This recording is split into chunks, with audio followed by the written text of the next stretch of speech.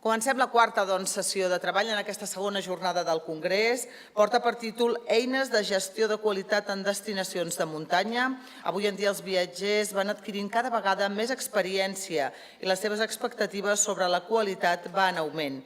En aquesta sessió es parlarà sobre la gestió de la qualitat i sobre com millorar la qualitat de l'experiència del visitant i de l'usuari. Recordem que hi ha una web a disposició de tots els assistents, que és www.mountainlikers.com, i també el hashtag, per si volen comentar a xarxes qualsevol de les ponències, que també és hashtag Mountainlikers.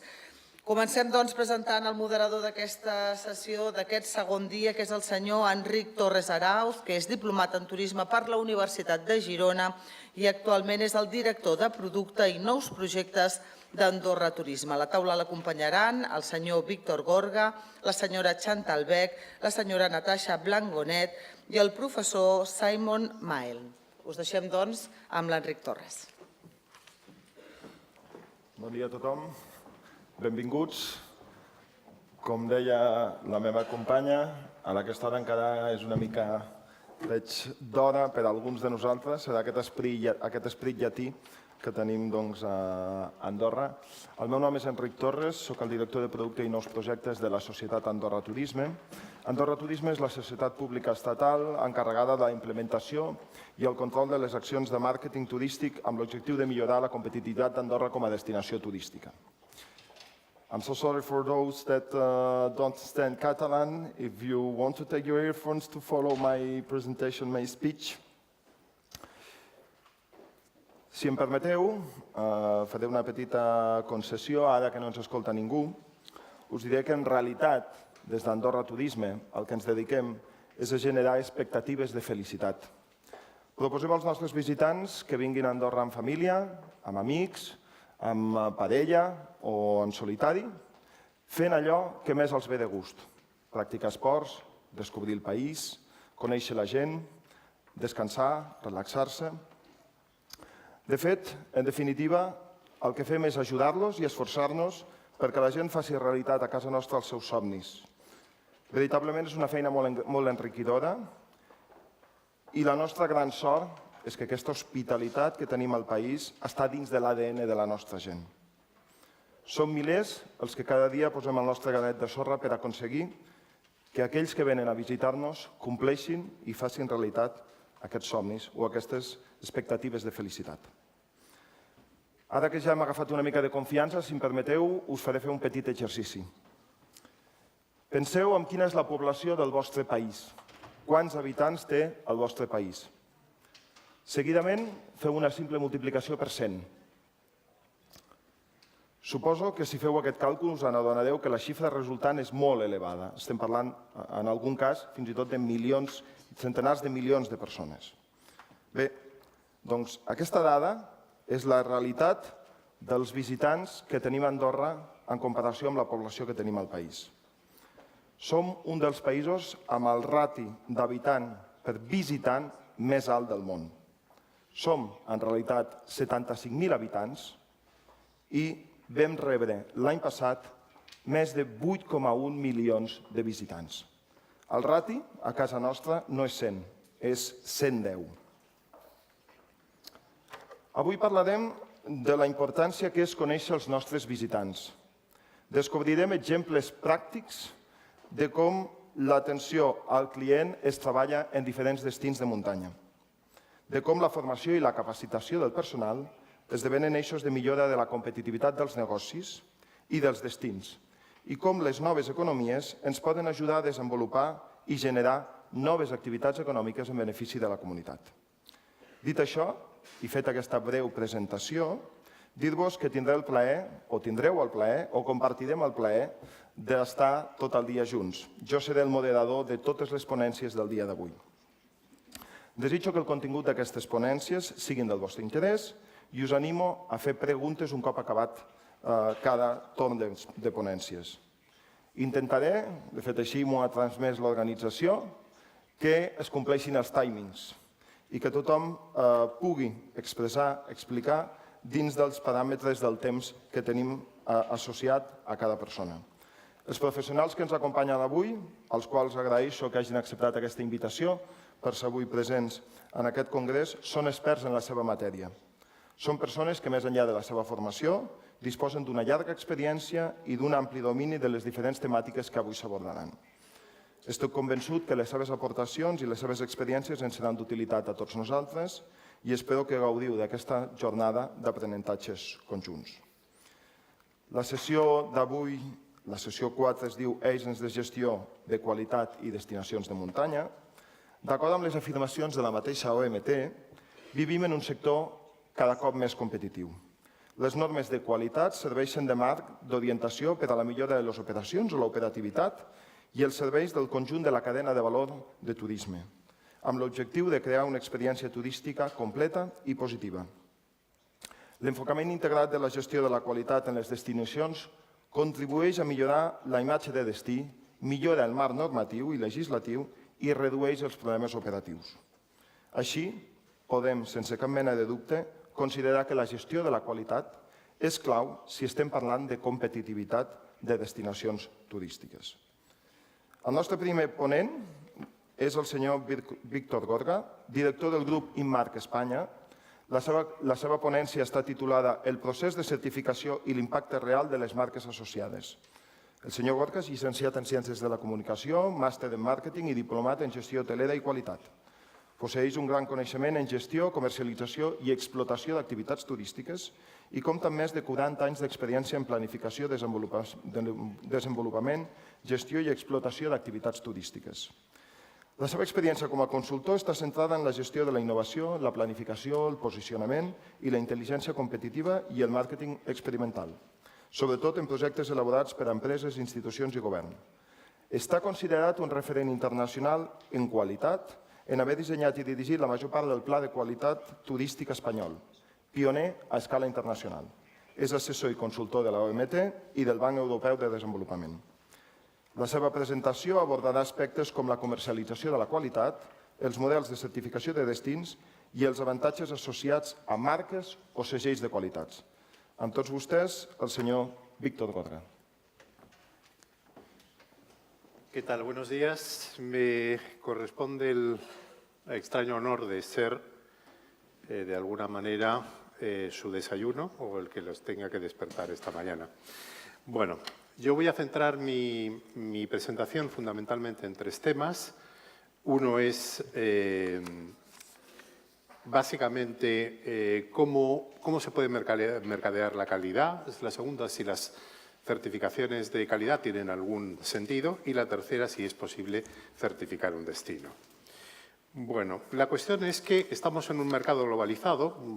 Podemos hablar de que hay unos 197 países, 300.000 destinaciones que compiten entre sí. Y cualquier cliente recibe un impacto medio de informaciones promocionales de unas 500.000 al año. Por lo tanto, hemos desarrollado una capacidad de desconexión muy importante de la información que nos viene sugerida desde un plano publicitario. La calidad, al final, busca dos aspectos fundamentales. Una es convertirse en un factor diferencial, pero y es muy importante, no olvidemos que los temas de calidad han sido promovidos a escala internacional por organizaciones de comercio. O sea, lo que buscan es facilitar el intercambio comercial, que haya un entendimiento entre proveedor y cliente y entre proveedor turístico y distribuidor turístico. La segunda cosa es que calidad y marketing tienen o comparten objetivos y visiones comunes. Por ejemplo, el marketing se ocupa de la identificación y previsión de las necesidades de los clientes e incluso de hacer una activa gestión de aquellos valores añadidos que puede aportar la calidad. Por su parte, la calidad se convierte, por un lado, en un argumento de promoción turística muy importante y, por otro lado, también en un mecanismo de ajuste entre calidad programada y demandas de los clientes y aspectos percibidos y que tienen que ver con la satisfacción de los destinos. Uno de los elementos básicos en, digamos así, la promoción de los temas de calidad han sido las marcas de calidad o las certificaciones, ¿no?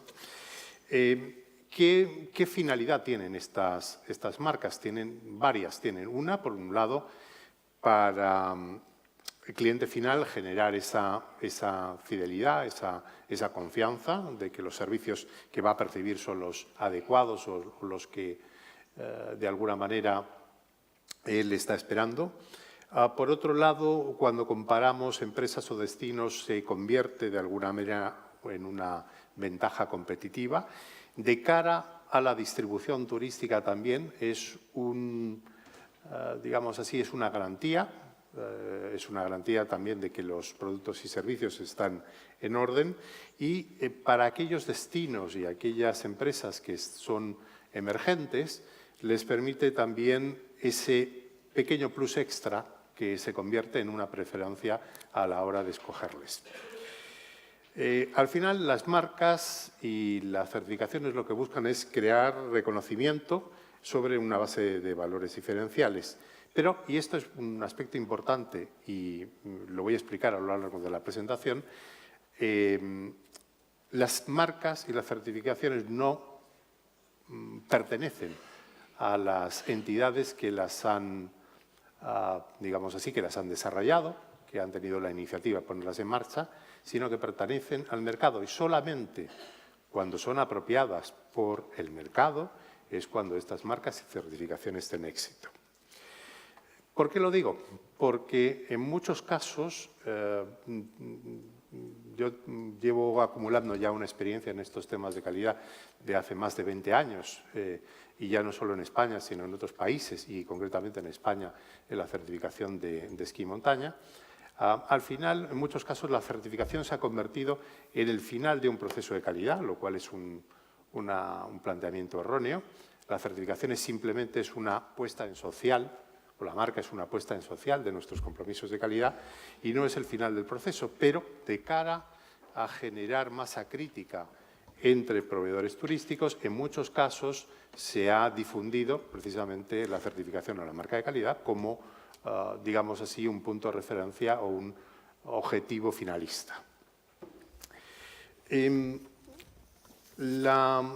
Cuando hablamos de marcas de calidad, hay muchas en el mercado y podemos ver que hay diferentes, vamos a decir, tipos o niveles. Por un lado están lo que podríamos llamar marcas de prestigio. Por otro lado están lo que podríamos llamar sellos de calidad como tales y que de alguna manera unos y otros coexisten y pretenden, cada uno en su nivel, transmitir excelencia y confianza. Y estas marcas también, de alguna manera, muchas veces reflejan cuáles son los objetivos finales de los sistemas de calidad turística nacional e internacional. Por ejemplo, las marcas de prestigio pretenden descremar la oferta y por su diseño tienden a ser más sofisticadas. Los sellos de calidad lo que pretenden es confirmar la adherencia del comportamiento de las empresas a unas normas estipuladas de calidad, unos estándares de calidad y, por lo tanto, tienen también un diseño, un estilo un poquito más básico, que parece de alguna manera un sello. Tenemos certificaciones de calidad, tenemos certificaciones mixtas de calidad y medio ambiente, hay certificaciones medioambientales. Luego también hay países, ciudades, destinos que han desarrollado certificaciones donde vinculan la imagen destino a la propia certificación. Es el caso de Madrid Excelente, Malta o Shanghái. Y finalmente también hay algunas certificaciones de producto que específicamente, y es el caso de la ponente que viene después de mí, va a explicar un poco cómo en el sistema de calidad suizo ellos han desarrollado una certificación o un sistema de calidad que permite distinguir a los destinos en función de su vocación natural hacia determinados segmentos de mercado. Bien, la cuestión es el hecho de disponer de un número elevado de empresas certificadas nos permite decir que somos destinos de calidad. No. El hecho que una empresa esté certificada, ¿podemos decir estrictamente que es una empresa de calidad? No. Durante todos estos años, de alguna manera, los sistemas de calidad se han ido separando de lo que era su objetivo real, que era el tema de la mejora continua. Al final, los sistemas de calidad responden a 3 objetivos finalistas. Por un lado, mejorar, estos 3 objetivos, perdón, no necesariamente se complementan entre sí, sino hay sistemas que claramente están orientados en un sentido o en otro. Ya digo, en un primer nivel, por ejemplo, nos encontramos el objetivo de la mejora continua, o sea, el poder dispensar servicios cada vez mejores. Hay un segundo nivel, por ejemplo, que tiene que ver con el factor de diferenciación, o sea, ayudarnos a posicionar nuestros productos y nuestras empresas en el mercado, sobre todo en el mercado internacional. Hay un tercer nivel que tiene que ver con facilitar la reglamentación turística de los países. Hay muchos países en desarrollo que han convertido las certificaciones turísticas en una manera de regular el mercado ante su propia incapacidad en el plano administrativo de poder hacerlo con medios propios para que esto lo venga a realizar una tercera parte. Y estas certificaciones, en algunos casos, son promovidas por la propia administración pública, otras veces son proyectos mixtos coparticipados, administración pública y privados, y hay otro tipo de certificaciones totalmente privadas que también tienen un impacto y un reconocimiento importante en el mercado. Y esto es importante, cuando hablamos de certificación, hay 2 elementos claves que hay que tener en cuenta. Primero, que es el contenido, o sea, que el contenido de esa certificación sea relevante y sea, digamos así, la codificación de ese contenido sea de fácil entendimiento por el cliente final, que al final es el que va a tomar la decisión. Y la segunda es disponer de los adecuados recursos y estrategia de comunicación efectiva para que estas marcas tengan impacto y reconocimiento en el mercado, ¿no? Al final, el resultado, después de años de calidad turística, en general, es que hoy en día, por ejemplo, las recomendaciones de TripAdvisor tienen un reconocimiento e impacto en el mercado muy superior a los sistemas de calidad tradicionales ISO, por ejemplo, o a los sistemas de calidad, los esquemas de calidad turística de ámbito nacional, de cara al consumidor. De ahí que hay organismos multilaterales que a estas alturas ya se están planteando si es conveniente seguir financiando el desarrollo de certificaciones de calidad. Para que se hagan ustedes una idea, parte de esta situación se deriva del hecho de la falta de acuerdo para disponer de una certificación de ámbito internacional. Después de 15 años de comités internacionales, no solo no hemos sido capaces de desarrollar una norma internacional de calidad para algún sector concreto, sino tampoco ponernos de acuerdo, de alguna manera, en algún tipo de certificación de ámbito internacional que pueda ser avalada por el mercado y reconocida por los clientes. Esto es, insisto, es un punto importante. Piensen solamente en Alemania, hay más de 30 certificaciones de calidad en medio ambiente que compiten entre ellas. Y esto confunde al mercado, confunde al cliente final.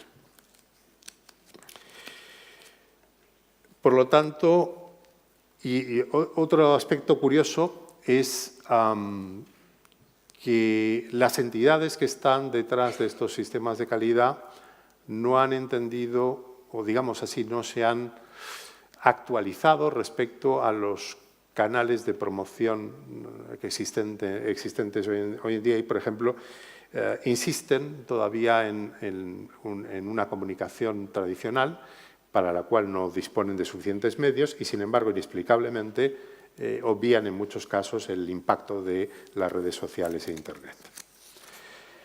Hay Dentro de la adherencia a los temas de calidad por parte de las empresas y por parte del mercado, ha habido, en la parte de comunicación de la calidad, ha habido errores claves. Por ejemplo, asociar la certificación al cumplimiento de estándares básicos. Por ejemplo, que en una certificación se plantee, por ejemplo, que un hotel o una instalación tiene que estar limpia. Es que es absolutamente obvio. Eso lo damos por entendido todo el mundo. Evidentemente que dentro de esos mecanismos de auditoría se contemple la verificación de ese punto, sí es cierto, es importante, pero de cara, digamos así, a transmitir al mercado no es lo más importante. Lo segundo es, como antes decía, utilizar o definir esos estándares de calidad desde el punto de vista de la oferta y de las necesidades de los países que las promueven, y no tanto de la parte de la demanda, con lo cual es difícil hacer un match directamente con las necesidades de los clientes. También creo que ha sido un error en estos años muchas veces transmitir a la gente, por un lado, la obligatoriedad y, por otro lado, en otros casos, la necesidad de adherirse a sistemas de calidad turística por miedo a no ser competitivo. La experiencia nos dice que hay muchas empresas que incluso no son empresas que dispensan calidad y, sin embargo, son empresas de éxito. Otra de las cosas es que digamos así, los comités normativos no siempre son lo suficientemente ágiles para adecuarse a los cambios de mercado que se han ido produciendo. O sea, las normativas de calidad, los estándares de calidad, hay que revisarlos de manera sistemática y continua y actualizarlos en función de las características de mercado. Y luego, otro aspecto muy importante, por el hecho de querer ser extremadamente objetivos, pensar o adecuar fundamentalmente los estándares de calidad a elementos físicos que son mucho más comprobables o fácilmente comprobables que los que tienen que ver con los intangibles del servicio. Por otro lado, en otro sentido, a la hora de mercadear la calidad, creo que es muy importante, primero, adaptar los requisitos o los estándares de calidad a los requerimientos internacionales, porque además está demostrado que con ligeras diferencias los requerimientos de los turistas en todo el mundo en relación a los prestatarios turísticos son muy similares. No hay tantas diferencias entre, digamos así, entre destinos y entre países y, por lo tanto, no debería ser muy difícil disponer de normas de calidad internacional. La segunda cuestión es que las normas de calidad deben enfatizar en la generación de valor añadido como parte del contenido de marca. Otro de los aspectos es que tenemos que buscar las certificaciones, las normas y los sistemas deben buscar la recomendación de los clientes satisfechos, porque al final es una manera de generar retorno en la inversión. Y la cuarta es buscar los beneficios, digamos así, los beneficios demostrables, tanto para clientes finales como cadena de distribución, como prestatarios turísticos que queremos que se adhieran. Desde el punto de vista de las certificaciones de calidad, la experiencia nos ha demostrado que no son factibles, salvo en algunos pequeños casos que voy a explicar. Primero, porque incumple el principio de solidaridad. O sea, al final todos los destinos deberían tener las mismas posibilidades en relación a la calidad, el desarrollo, la necesidad de recursos y la planificación. La segunda, el hecho de que en muchos casos se han impuesto por criterios, digamos así, por criterios de obligatoriedad. Y la tercera es la igualdad de oportunidades, también que es un principio de la calidad, ¿Qué significa esto? Que evidentemente cuanto más complejo es el destino, más difícil es certificarlo. Imaginemos certificar una ciudad como Barcelona comparada con un pequeño pueblo de 15.000 habitantes. Sin embargo, hay algunas certificaciones que han sido exitosas en algún espacio. Por ejemplo, certificaciones que han tenido el respaldo de algunos organismos internacionales y están muy especializadas. Por ejemplo, certificaciones que ensalzan algunos aspectos diferenciales de los destinos, que tienen que ver en lo gastronómico, en la decoración, en los servicios, etc. O la creación de marcas de producto como la de Suiza, de la cual les van a comentar más adelante. Bueno, al final, muchas veces los sistemas de calidad se han focalizado en elementos tangibles y técnicos y se han, digamos así, han obviado los impactos positivos de imagen en los destinos, ¿no? Y estos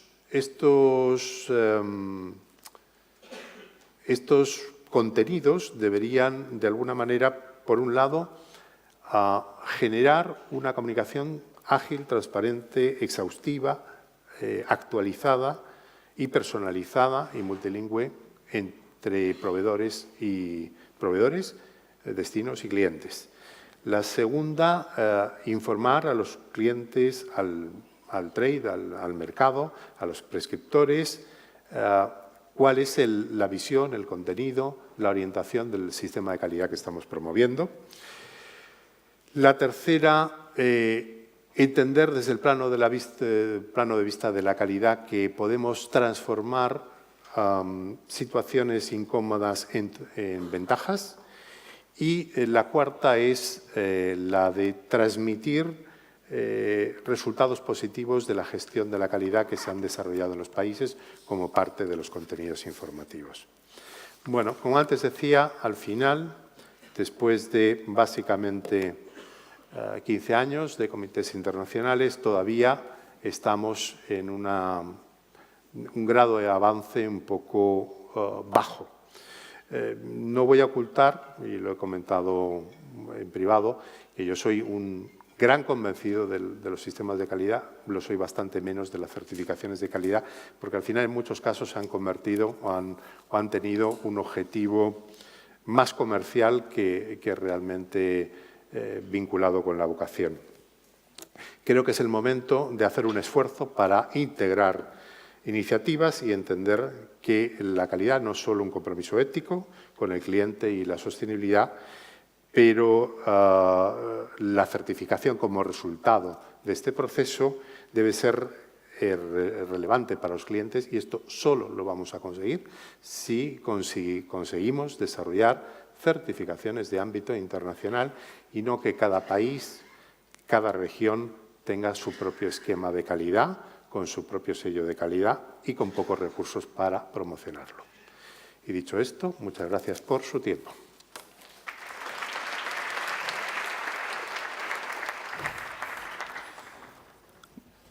Sí, gràcies, Víctor, per aquesta presentació sobre la situació actual de les marques i els segells de qualitat i la importància que les mateixes tenen per als propis, en aquest cas, proveïdors de serveis. La nostra segona ponència és a càrrec de la senyora Chantal Beck.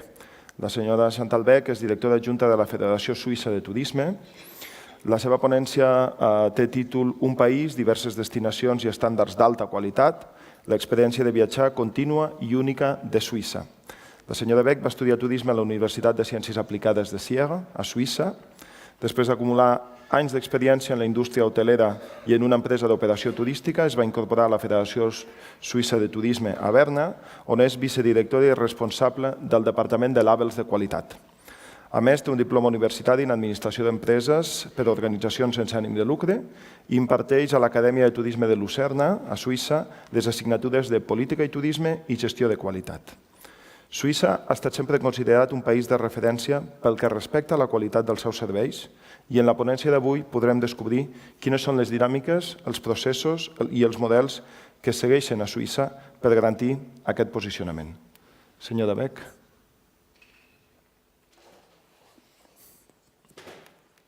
Thank you very much for this presentation. Good morning from my side. I'm very pleased to give you a short presentation about quality standards and quality management in Switzerland. We have since some 20 years experience in labeling destinations as well and labeling quality enterprises, and I will give you a short overview about what we are doing in Switzerland to keep an uninterrupted and unique travel experiences in our country. Just some short facts and figures about Switzerland. To start with, as you certainly know, we have winter tourism. Mountain tourism is very important in Switzerland since 150 years, more or less. Switzerland has been one of the first countries really to develop mountain tourism, ski tourism, and since then we have had lots of interesting experiences and development. We have 14 tourism regions, mountain regions mainly, lake regions, and also very important and increasing urban tourism in Switzerland. We have many well-known destinations such as Zermatt or Verbier or St. Moritz, and then we have also smaller ones but very successful ones. But mountain tourism in Switzerland is getting a little bit more complicated with snow situation, with high price level complications. I will talk about it a little bit later. But we still have a very strong tourism sector is still very strong in Switzerland. About the guest structure in Switzerland, half of all guests, nearly 50% are Swiss tourists, making holidays, spending holidays in their own country.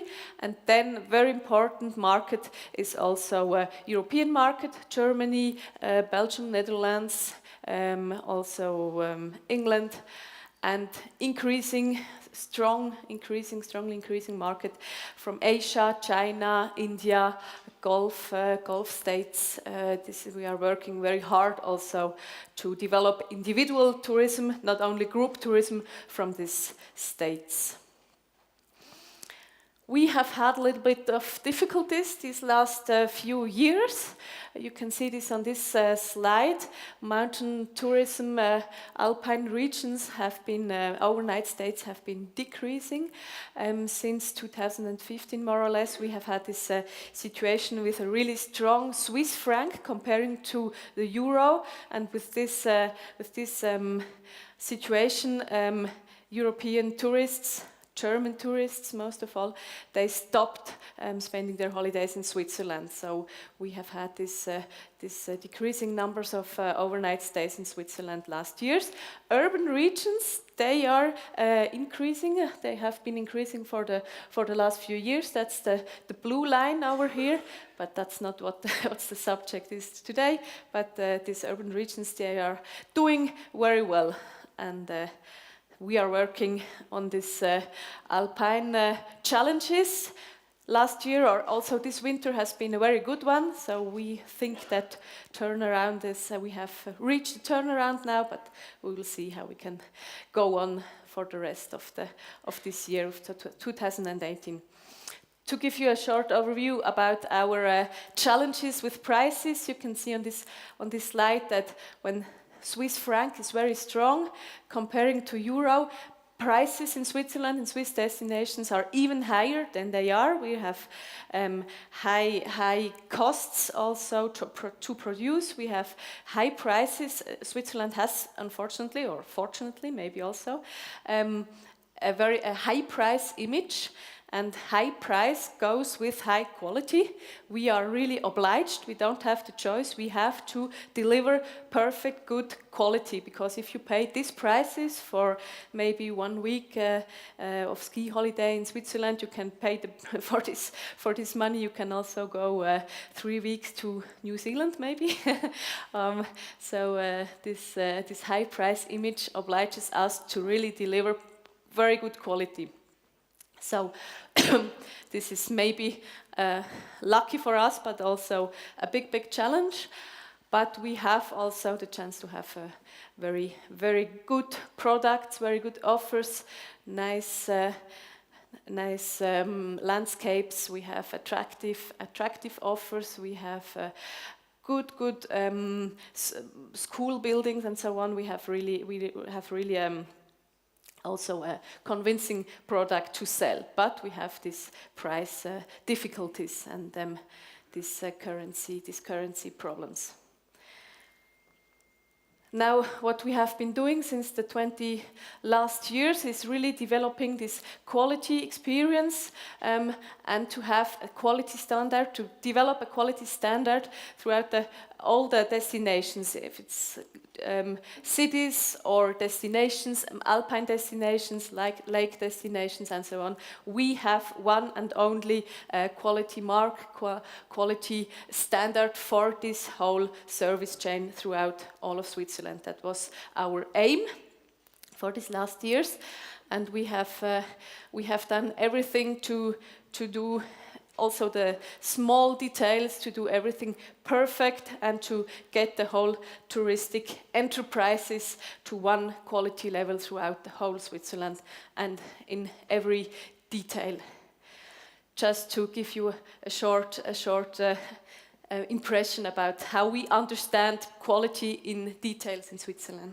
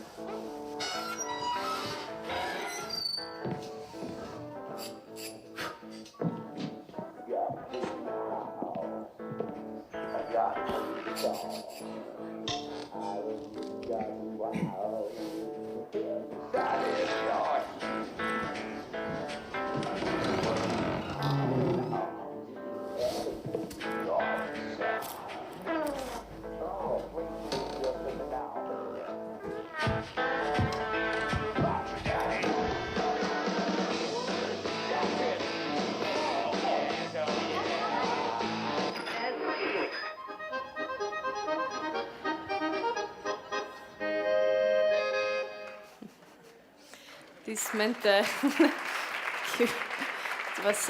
we are doing everything for perfect winter holidays in Switzerland. That's our spot also for Swiss tourism. Now, quality management, this is nothing new. This is a well-known model, well-known scheme. We are talking about these 4 parts of quality in tourism. We have hardware quality, of course, infrastructure, aesthetics, facilities, and so on. We have the whole environmental and the cultural quality, which is very important as well. We have quality of experience, another also with increasing meaning, increasing significance. This whole quality of experience, visitor management, attractions, activities, and so on. And with the quality program for Swiss tourism, our program that we are coordinating since 20 years, we aim on this blue one, on this blue part, on the software. That's where you can also do a lot about quality without spending lots of money, maybe. It doesn't mean that it has to be very expensive to travel, to work on this software, on this service, on these information issues. That's where enterprises can do a lot, and that's where enterprises can make the difference. Also with hardware, of course, and so on, environmental culture, but this is more difficult to change something over there. So we aim on this software, part of the quality in tourism, and we have created these 4 labels that we have already seen in the presentation of Mr. Gorga. We have the quality program of Swiss tourism. We have also an apartment classification. And then we have 2 destination labels, family destination and wellness destinations. Some words about the quality program of Swiss tourism. We understand quality in Swiss tourism as a comprehensive service chain. Every touristic enterprise is part of this service chain, and if one element of this chain fails, the whole journey of the guest, the whole quality experience fails. So every touristic enterprise has to understand that he's part of this service chain, and that it's important also to work together and to work on these cooperations. And then inside the enterprises, also between the different departments or different employees, everyone is part of this service chain. There are several elements, and they all have to be perfect to get this whole quality experience, best quality experience for tourism, for tourists. Sorry. Quality program consists of courses. We do training for people. They have to participate in a training, and then they have to work on several instruments to apply for the quality label. And if they are doing well with these instruments, they will be awarded with the quality label of Swiss tourism. This quality label is for every possible touristic enterprise in Switzerland, not only for hotels or for restaurants, also for ski schools, for example, for wineries, for farms, etc. This is one and only label for each kind of enterprise, touristic enterprise. So this is certainly one of the key factors of success also, because it's quite a successful program I can say, and it has been important to develop content for every kind of enterprise, one and only content that works for everybody. So we have this program for the whole tourism industry, focusing on several aspects. We are working also in the trainings and then in the instruments on these contents, on these subjects. Now very important, working on cooperation, on exchange of experience, hospitality of course, and then always employees, motivation, guest satisfactions, and so on. We have several modules, several instruments for enterprises to work on these topics. And then they can do this, when they have finished to work with these instruments, they apply for the quality label, and then they are awarded with one of these 3 levels. We have the 3 levels. First level is rather a beginner level, a very basic one, aiming on focusing on service quality. Second level also focusing on leadership quality, and level 3 is awarding enterprises who are working with a comprehensive quality management system like ISO certification, for example. So these are the three levels, and we have around some more than 500 awarded labels per year. Since the start of this label 20 years ago, we have also already awarded more than 8,000. Now it's like 8,800 labels, and trained over 12,000 people, which is quite a good number comparing to other similar systems in other countries in Europe, for example. Also, key factor of success for this program has been that there are 11 organizations of the tourism industry who have helped to develop this program, who finance this program. They are still financing it, and they are promoting it with their members. So this is really a bottom-up program, not a top-down program. So this is quite a successful story. We have also this classification, apartment classification label. This is similar to hotel classification, awarding holiday apartments who are fulfilling some standards, some criteria. This is more a hardware program. We have over 30,000 classified apartments with this label, which is also quite a nice number, and this is still increasing. And then we have these 2 destination labels, important ones. As you told before, Mr. Gorga, we have developed this destination label. One label family destination obviously is awarding destinations who are focusing on the family target group. We have 28 family destinations now. They have to fulfill some criteria. They have to meet the criteria of a high quality in their family offer. We have a whole catalog of criteria going from communication standards to really standards in hotels for family, restaurants for families, public transports, all these details that are important for families. We have developed criteria for these details, and these destinations all meet these criteria.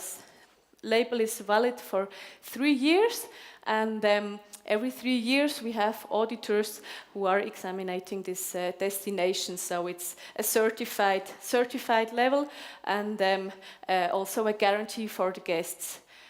Same thing for the wellness destinations. It's working exactly the same way as the family destinations. Same kind of label, focusing on wellness position.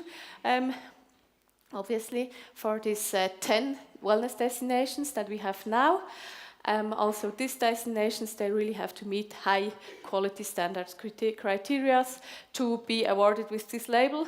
For both of the labels, destinations are awarded with this label, and then they have strong advantages in campaigns. For example, Switzerland Tourism, they only communicate in their campaigns, family campaign, they only communicate labeled destinations with this family label, or for wellness campaign, only destinations with this wellness label. So this is also a way to control and to ensure this high quality standard for us. Only quality standard destinations are communicated by our marketing organization. So that's certainly also how we managed to get these destinations participating in this program. It is still challenging, and it's still always a big challenge to develop these criteria, but we are going on and hoping that quality programs, not really certifications maybe, but programs, quality standards will still be very important in Switzerland tourism in the future. Thank you very much. Moltes gràcies a la conferència de la senyora Chantal Beck, i on hem vist que el posicionament per preu també genera unes expectatives de qualitat i sobretot la importància que els estàndards de qualitat estiguin implantats a tota la cadena de valor per tal que l'experiència del visitant sigui una experiència qualitativa al llarg de tota la seva estada. La nostra següent ponent també ens parlarà de destinació de muntanya, en aquest cas dels Alps francesos. És la senyora Natasha Blanc-Gonnet, directora de vendes i màrqueting del grup Mountainlikers de França. El títol de la seva ponència és La gestió de la qualitat en allotjaments de muntanya als Alps francesos. Dir-vos que la senyora Natasha Blanc-Gonnet compta amb una àmplia experiència i una àmplia visió del desenvolupament del turisme de muntanya gràcies a la seva graduació en un màster de planificació urbana i rural a l'Institut Géographie Alpine de Grenoble. Després de cursar 2 anys d'estudis a l'estranger, va obtenir un màster Erasmus en gestió de turisme europeu a les universitats de Bournemouth, al Regne Unit, Heilbronn, a Alemanya i Chambéry, a França. Durant més de 20 anys, la seva formació acadèmica en planificació i desenvolupament de vendes internacional ha constituït la base del seu treball. Implementant estratègies de productes adaptats, polítiques de destinació aplicades al camp dels operadors turístics i el desenvolupament de destinacions tant en pobles típics francesos com en estacions d'esquí internacionals.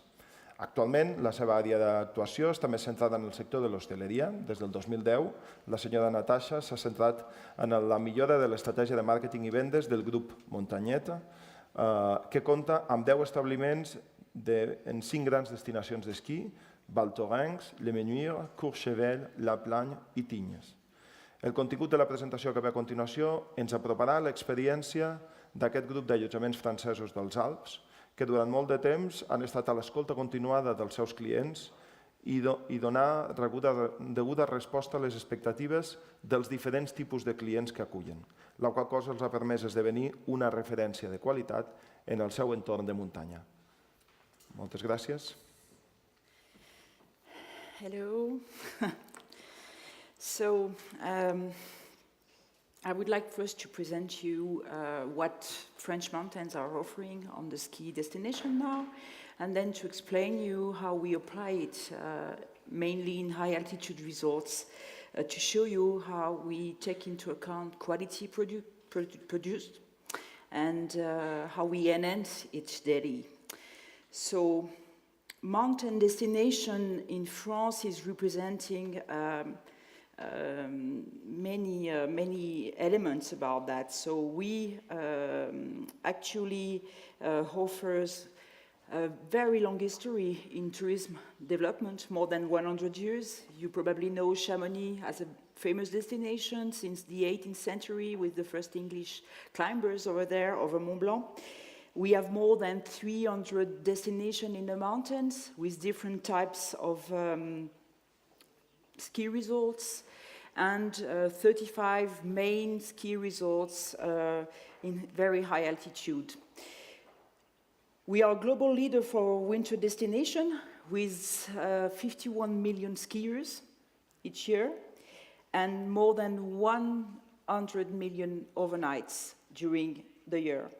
This represents for us something really important. This is 1 billion euro of gross product for the global revenue of 10 billion euros in the mountain resorts in the 6 main mountain massifs in France. Not only the Alps, because I'm coming from the Alps, but you've got other destinations from Jura, Massif Central, Pyrenees, North, South Alps, providing different kind of resorts.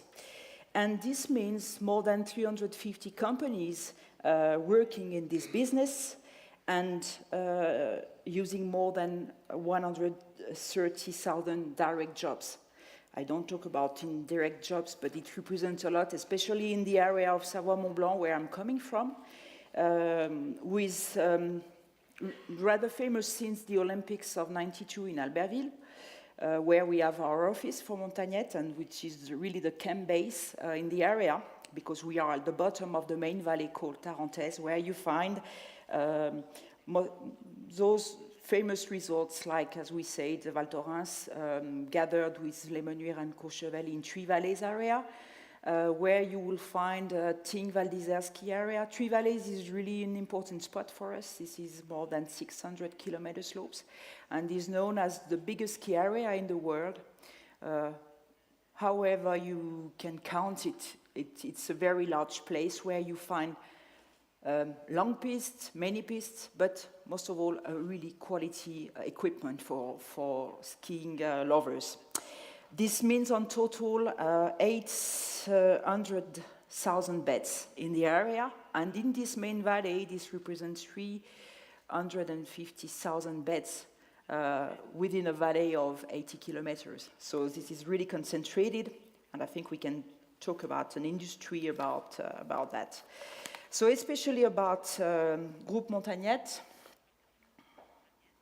Yeah, using PowerPoint, it's very funny, but sometimes it takes time.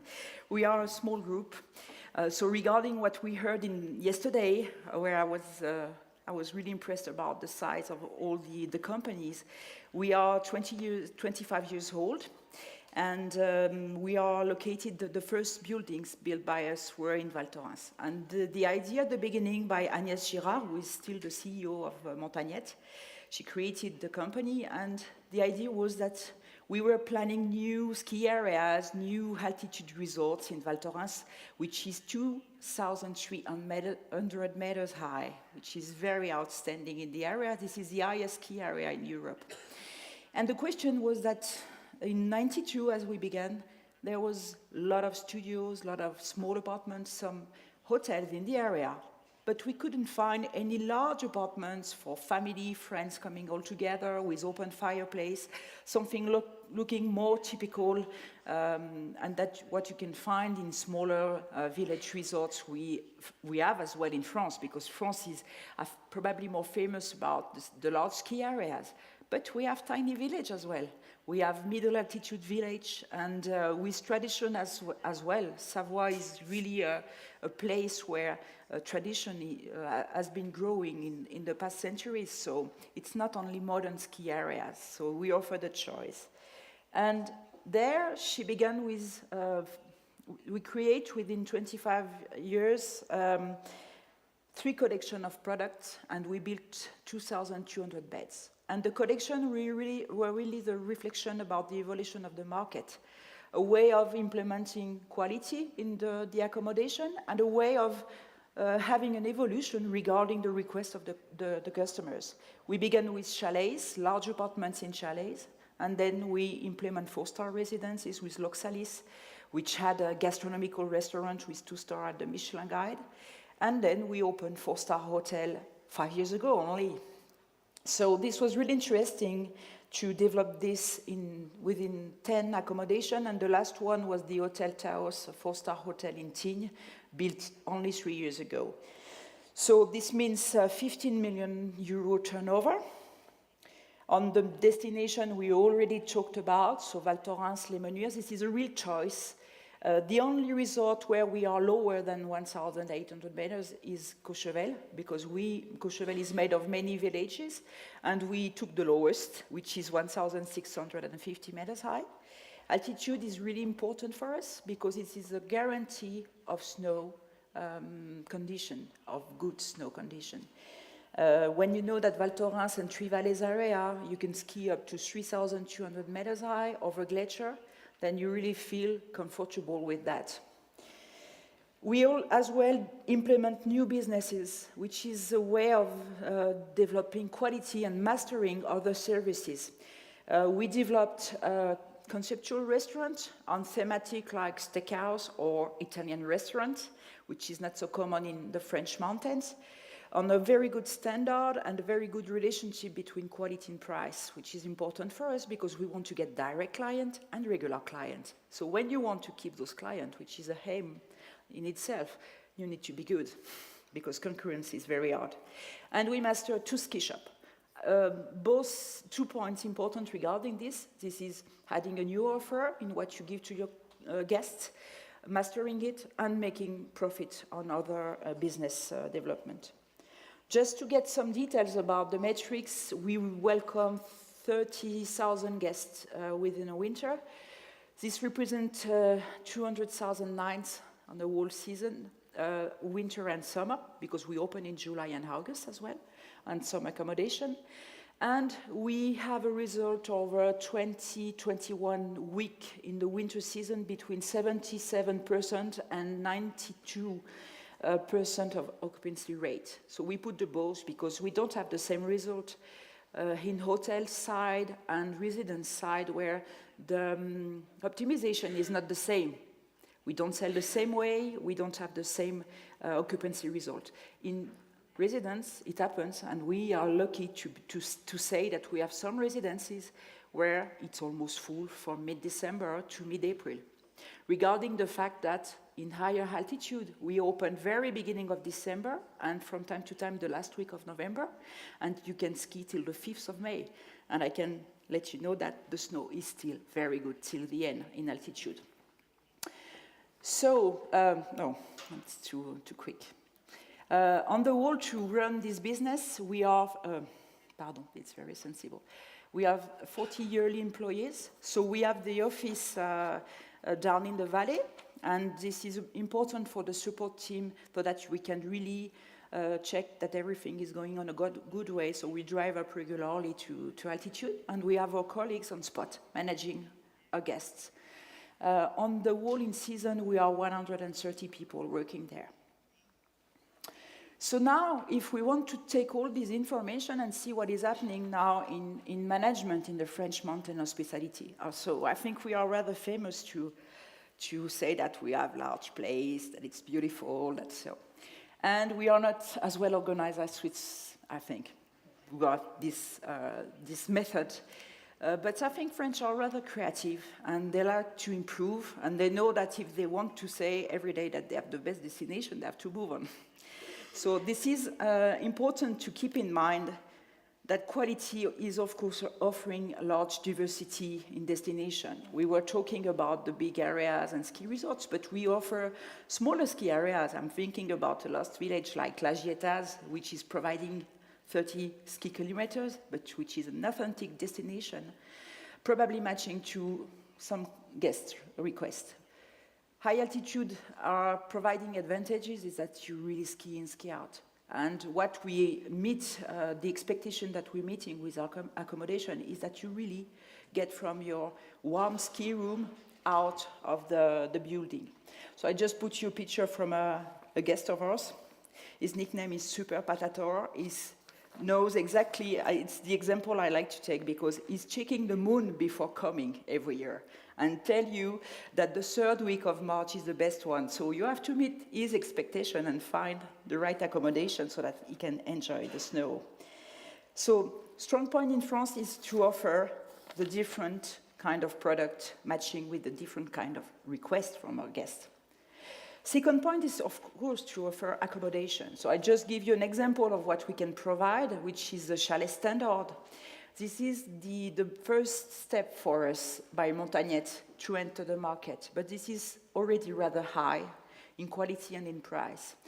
But in France, you can find, even in Val Thorens, au Courchevel, which is famous as a chic destination, but you can find studio from 200 euros a week till beautiful chalet for 150,000 euros a week, especially in Courchevel.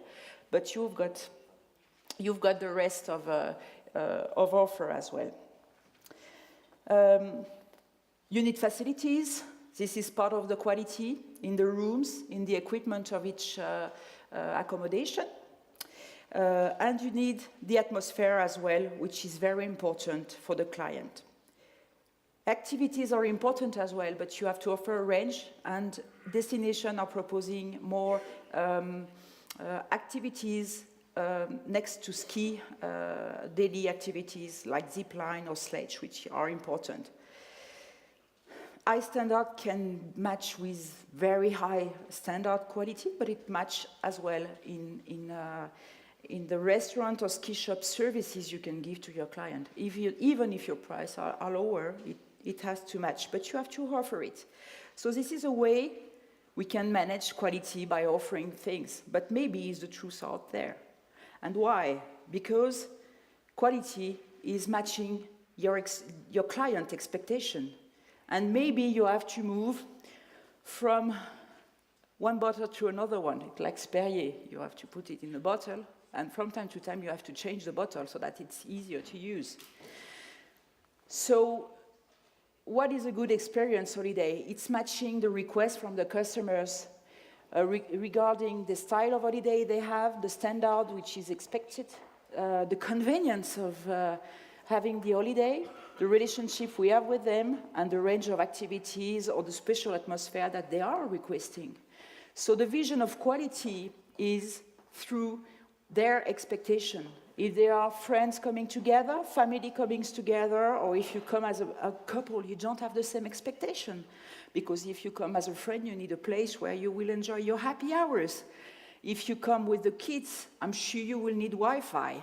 And each time you have to see what are the expectations of your customers and to see what kind of solution and promise you want to hold afterwards.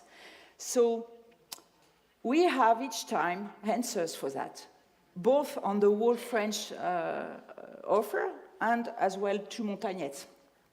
Second part is about the standard, which can be economic, a quality standard, and a very high expectation on services. And each time you don't provide the same offer.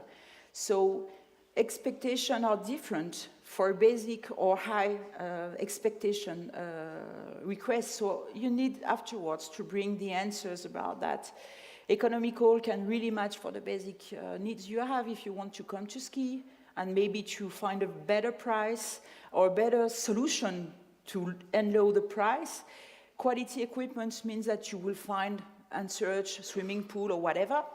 And services means that you will need a conciergerie. And this is not the same standard which is expected and not the same quality, but it's different level. Just an idea to give you the vision of quality to us. Destination is important as well. I said that Mountainlikers was really searching high altitude resorts, not only because of the snow guarantee, but as well for all the access to services, to events that we can get there, and the organization which is really proven now, and which makes that those destinations are really famous. And then you can really use the destination marketing for yourself as a tool for accommodation manager to answer to customer requests and match with their expectation. So atmosphere is a point of it. You don't have the same atmosphere in Tignes, in Val Thorens, and in Courchevel, and then you have customers who are regular to different stations, or to one especially, because it's matching to their request.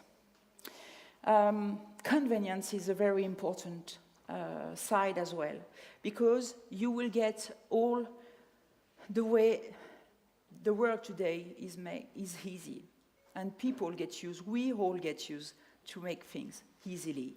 And when it's becoming to be disturbing because it's hard, then you forget it and you go elsewhere. So we have to improve the digital tools to give the information, help, make it very convenient, and give an easy access to the services. Help, be proactive, which is really important. And in this case, you have to design the way that you want your guests to arrive to you and to enjoy the holiday to you. And the last point is important to us because it is regarding the human relationship. Tools, easy access is very often talking about the digital tools we can have and implement. But we are doing hospitality, and hospitality means welcoming people in your home, in your resorts. So you really have to be aware and to care about the fact that we keep on having this human side, which is important really to us. And yeah, we have to care about it. I'm not sure it will keep on developing. So we have in this case to remember that all those elements and the request, the expectation from our guests are very important to improve the quality, to make choice regarding the product that we are providing, and those products are matching to our guests' expectation. We have to remember regarding this that if we put a 4-star range to an hotel, this does not mean that the promise will be held. And finally, who's making the decision and the judgment about the quality of your establishment? This is your client, and your client will tell that on TripAdvisor. And I'm sure we will see, I think, within 5 years that the classification we already have, the official ones through Atout France in France, might disappear regarding new rates given by the client. So we have to take it into account. The new classification is given by our guests. So we have to meet their expectation so that they feel happy about the standard, the quality we are offering, and the service. And just to finish, I wanted to make a small focus about the last Booking.com study. Clients are inspiring themselves about our destination, landscapes, atmosphere, decoration. And they take it back home. But they do the same when they come to us. It means that they use their daily standard to get the same quality level when they're coming in holiday. So we have to match it and to be really aware about the quality standard expected by the client. Let's be customer-centric. That's the main word I would say, and that's what we're doing in the French Alps to get our clients to us. Thank you very much for listening. Moltes gràcies, Natasha. Gràcies per presentar-nos com els detalls i els complements més enllà del que és l'allotjament ens ajuden a garantir un nivell de qualitat d'acord amb les expectatives dels clients, sobretot segons aquestes diferents tipologies de clients i sempre mantenint-se l'escolta dels seus comentaris o les seves opinions. El nostre següent ponent ens arriba de bastant més lluny. És el senyor Simon Mile, director associat de l'Escola de Recerca i Desenvolupament i director de l'Institut de Recerca en Turisme de Nova Zelanda. El títol de la seva conferència és Millorar la qualitat dels serveis en les destinacions de muntanya de Nova Zelanda, la importància crítica de la implicació de la comunitat. El senyor Simon Mile és professor de turisme a la Universitat Tecnològica d'Auckland, on és director de l'Institut de Recerca de Turisme de Nova Zelanda. En Simon va complementar el seu doctorat en Geografia Econòmica a la Universitat de Cambridge el 1989 i després va impartir classes a la Universitat McGill de Montreal durant 10 anys abans de tornar a Nova Zelanda el 1999. Durant els últims 30 anys, la investigació que ha realitzat el senyor Simon Mile s'ha centrat en la interface entre el turisme, les tecnologies de la informació i de la comunicació, la comunitat i el desenvolupament econòmic sostenible.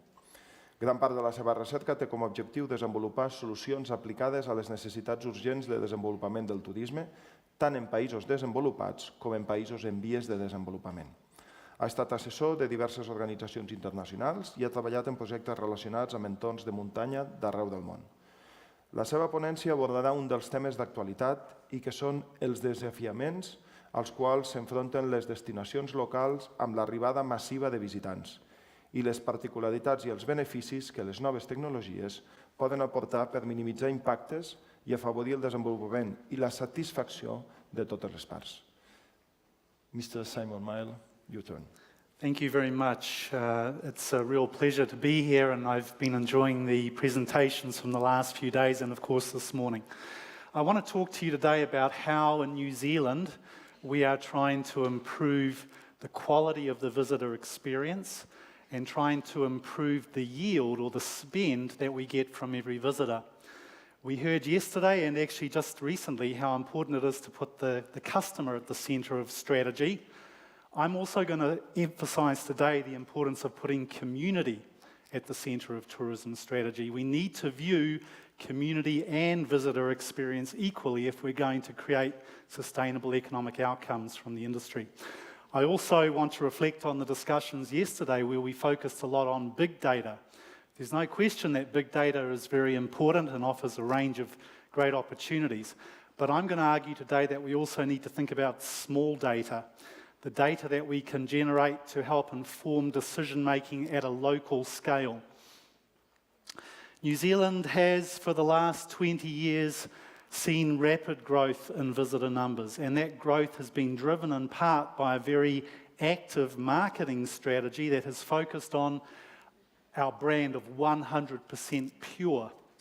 That marketing strategy has seen our visitor numbers grow substantially, from around about 1.5 million in the year 2000 to now closing in on 4 million visitors a year.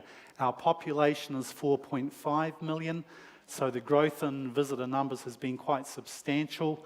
It's a growth that has been driven by our usual market, our regular market, which is Australia, and our long-haul markets from Europe, but we've also seen in recent years a rapid growth of Chinese visitors. China is now our number 2 market. We've been growing and our visitor satisfaction is also pretty high.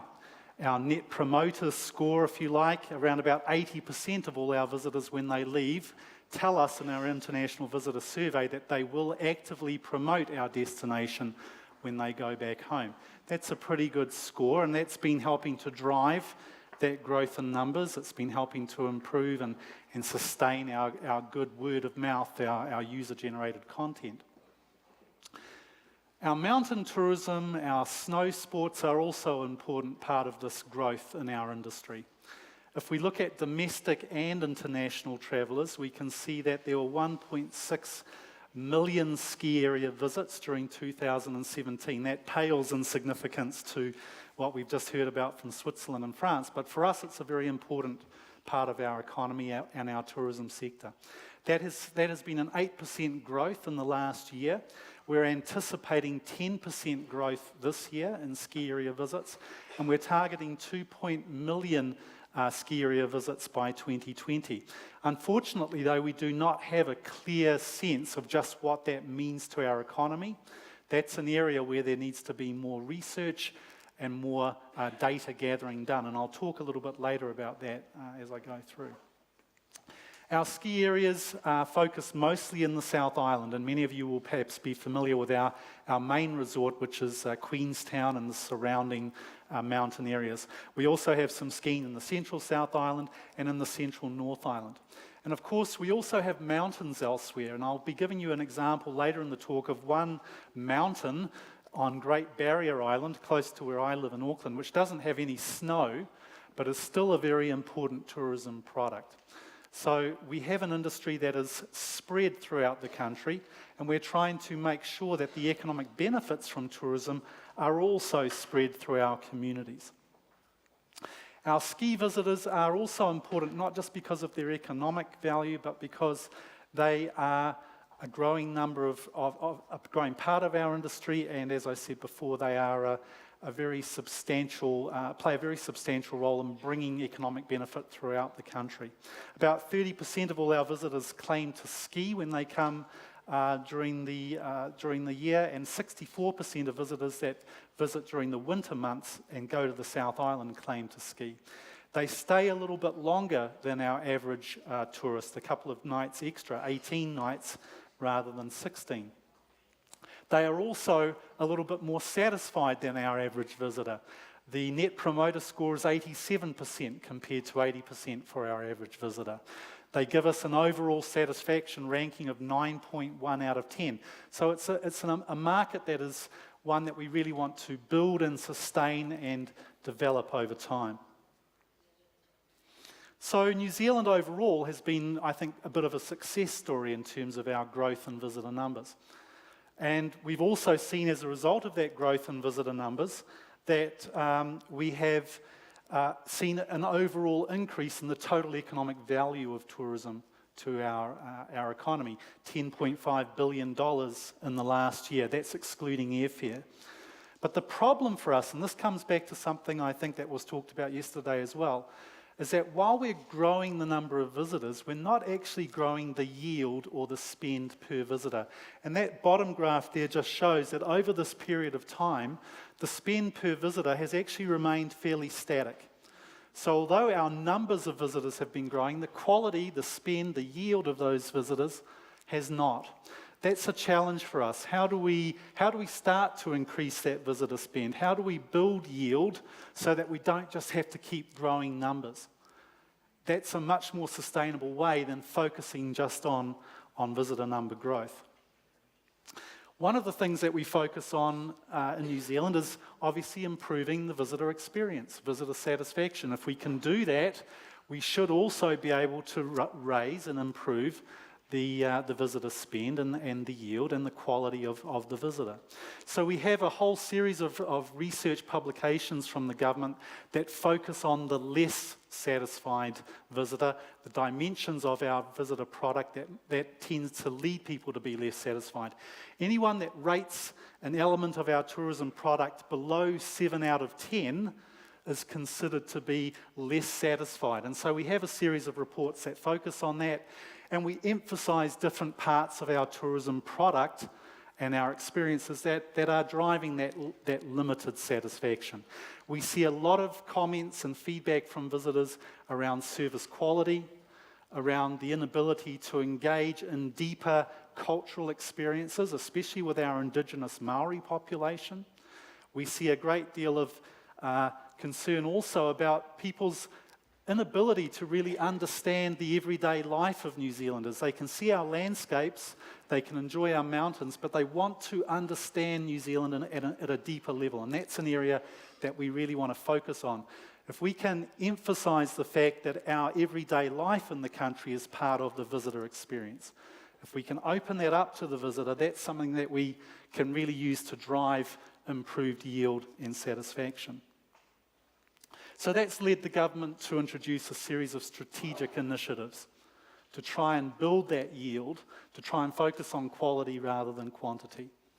We focused on what we call the interactive traveller or the active considerer, people that are coming to New Zealand not just to walk in the mountains or swim in the beaches, but to engage with our culture, to eat our local food and to understand our local people.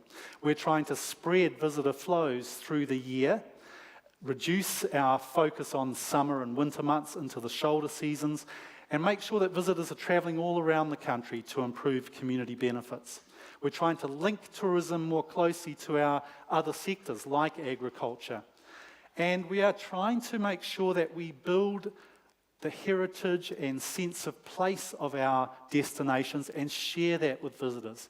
We're trying to capture the stories of everyday life from our communities and share those with our visitors. And of course, we're also trying to do everything we can to enhance service quality. The main thing I want to stress here is that each one of those strategic initiatives really depends on community being aware of tourism and buying into tourism. The community has to play a part in co-creating the visitor experience, not just the visitor, as we were talking about yesterday. So just to summarise there quickly, we want to build visitor yield. We want a higher quality visitor. We know that we can do that through enhancing the visitor experience. That visitor experience, our focus is on trying to drive that visitor experience through enhanced community interaction, a more immersive and deeper focus on what it is to be a tourist in New Zealand. But that is only going to work, that is only going to be sustained over time if the benefits from tourism come back to the local communities. If the local communities feel that they are benefiting directly and are not having their quality of life destroyed or damaged by the tourism sector.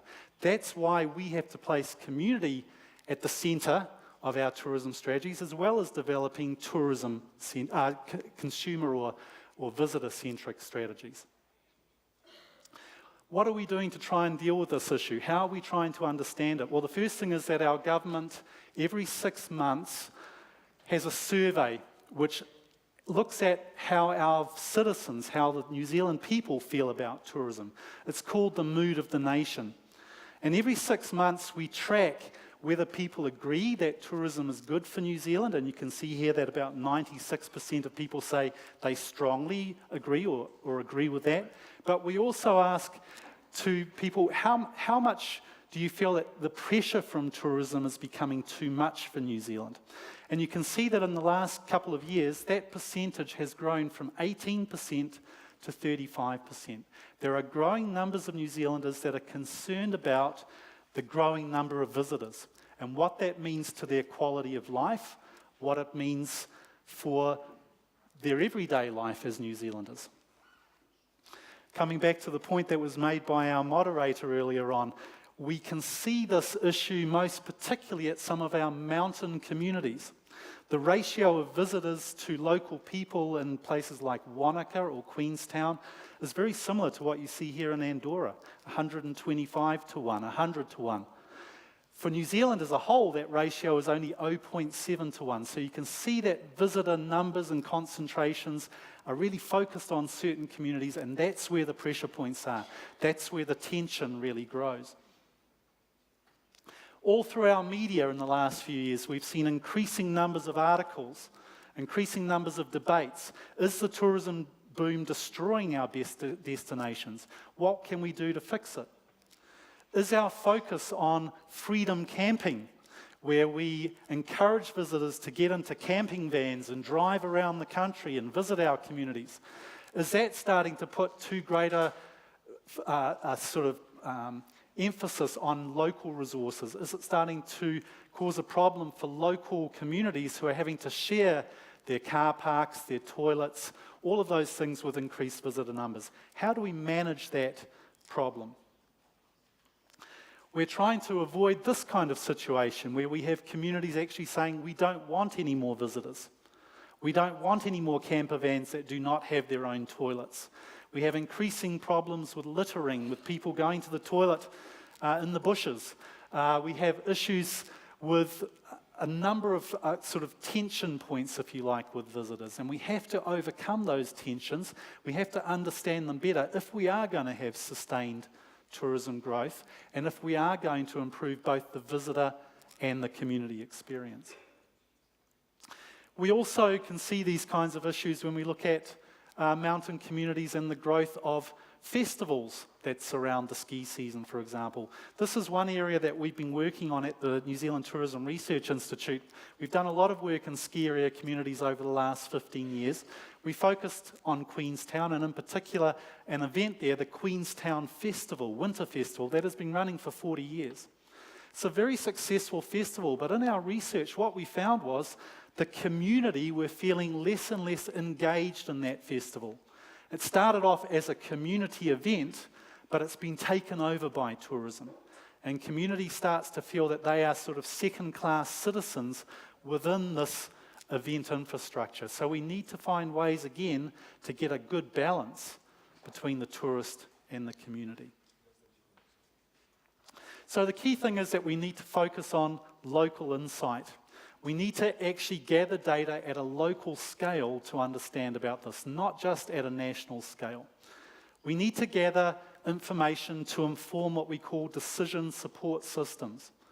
Systems of data and information that can allow us to understand not just what is happening with visitor spend and visitor satisfaction, but also with our community satisfaction and how also the business sector feels about these things. The key message is communities will work for tourism, but only if tourism will work for communities. So we have in our decision support system work that we do 3 key pillars: understanding the visitor through surveys, understanding the business community and what they feel about the industry through survey work, and also community surveys. And these are not just one-off surveys, these are barometers that run over time, and they are reported in a very quick and fast fashion so that the information and the feedback comes through very effectively. I just want to show you one example of where we're doing this, and this is in Great Barrier Island, where we have a large mountain called Mount Hobson, which is very much a tourist attraction. For the last few months, we've started to develop a decision support system program here. That's involved community and business surveys, which are held during the low and high seasons, a visitor survey, which has been running on an ongoing basis for the last several months, and it's funded by local government and the Department of Conservation. This is all being used to create an evidence-based tourism strategy that can guide the development of tourism in this particular destination. The visitor survey shows us that visitors are saying that local people are not necessarily welcoming them in the low or the high season. That local residents, when they serve people in the shops, are not always acknowledging them or being friendly to them. And we can see that from the visitor survey, 14% of all visitors are actually saying the least appealing aspect of their visit to this area was the lack of friendliness on the part of local people. 23% of the visitors, when we ask them what needs to be improved, focus on the fact that there needs to be better service.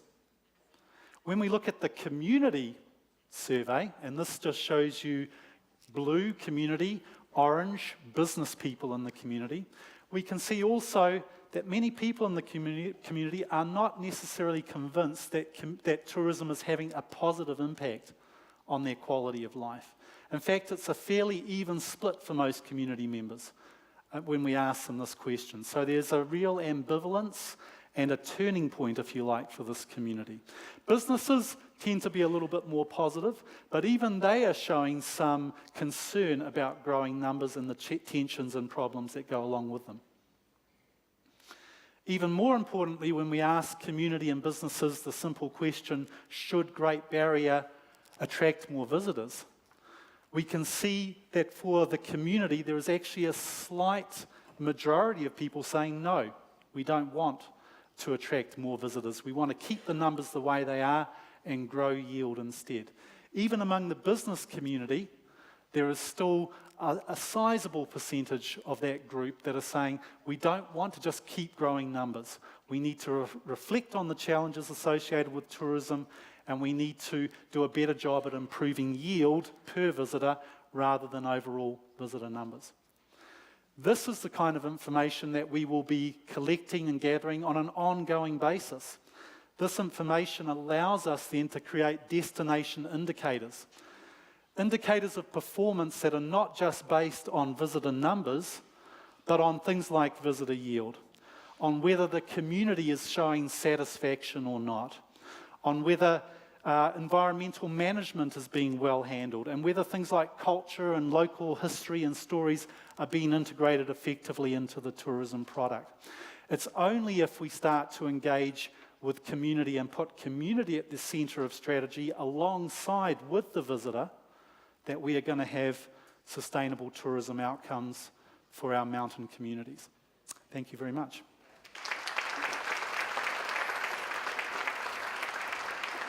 Gràcies, Simon. Com deia, una ponència diferent, basada bàsicament en una mica o en el fet de com d'important és la valoració de la comunitat local en el desenvolupament turístic, quines són les eines de mesurament per poder tenir dades sobre aquesta valoració i poder actuar en conseqüència i, sobretot, un dels grans reptes, créixer en qualitat i menys, possiblement, en quantitat. Fins aquí la primera sessió d'avui, dia 22 de març. Ara, si els sembla, obrirem el torn de preguntes. Els nostres ponents estan a l'espera de les possibles preguntes que vostès els hi puguin fer.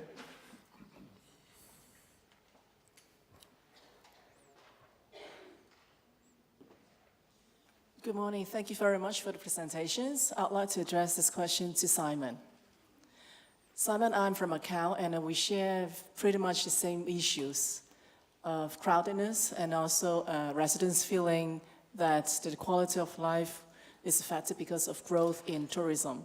I'd like New Zealand to share with us some strategies that New Zealand has adopted over time to mitigate the negative impact of tourism growth.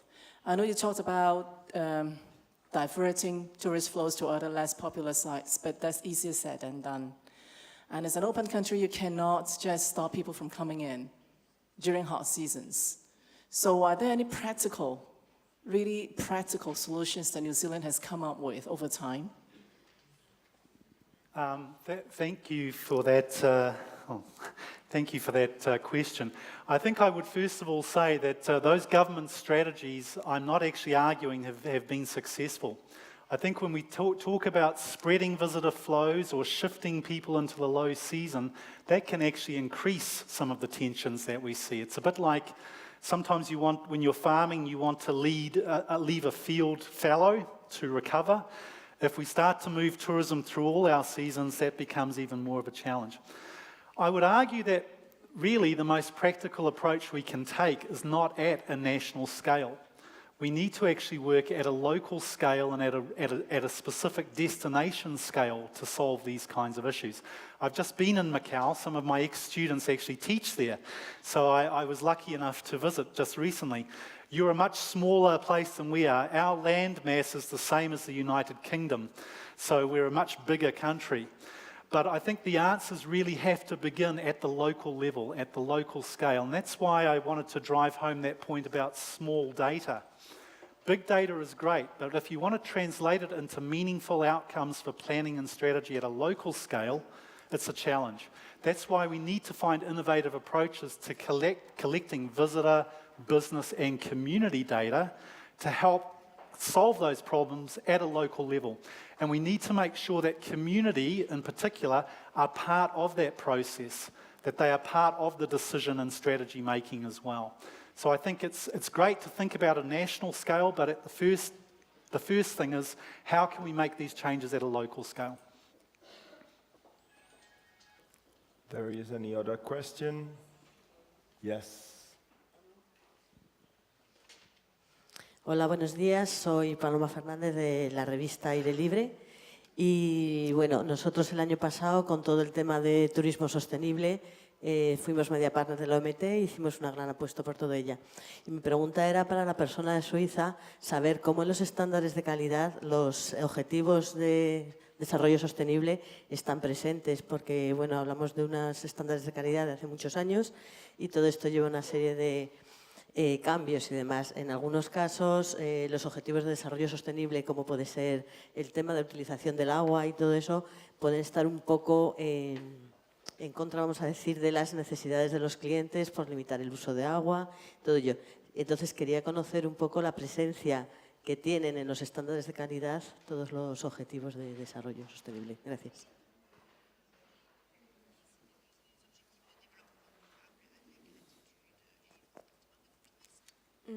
Thank you for your question.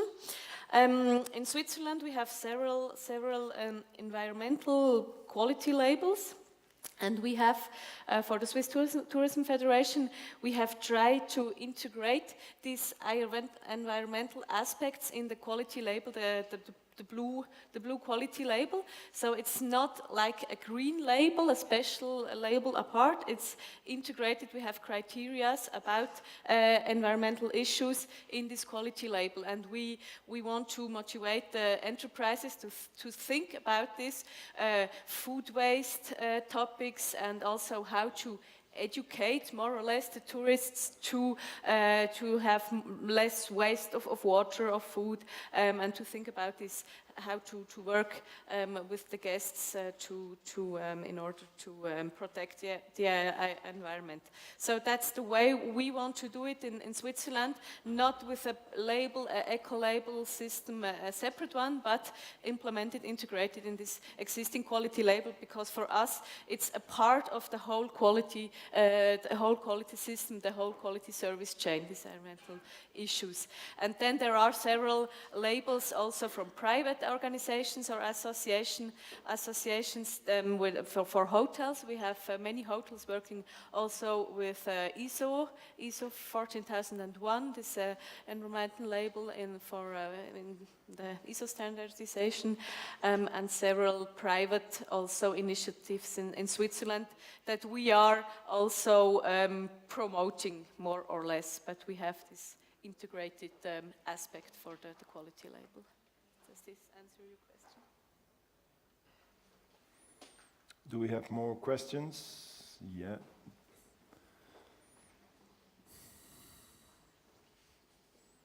Sí, hola, bon dia. Mira, la meva pregunta també va per la senyora Chantal Beck, de Suïssa. Jo li voldria demanar sobre els segells en concret, específicament el familiar, que és el que m'interessa més, d'aquests criteris que segueixen des de Suïssa, específicament amb aquest segell, voldria demanar-li si entre aquests està un màxim d'habitacions per hotel, és a dir, que quan nosaltres sentim el nom familiar entenem que té que guardar una certa capacitat. Això en primera instància. Després, quin és el paper que juga el propietari de l'hotel familiar en qüestió, o si el dirigeix una família, si la família, quina importància té el propietari o la família en si, que dirigeix o és propietari de l'hotel. Ha d'estar, és a dir, una mica en el sentit si la seva funció ha de ser presencial, o sigui, tenir contacte amb el client, si això ho tenen en compte. Després, si ja es pot dir que un hotel familiar o amb nivell o amb qualitat familiar, amb aquest segell, ho pot fer una companyia, és a dir, una gran companyia hotelera pot tenir aquest segell de qualitat en família? Gràcies.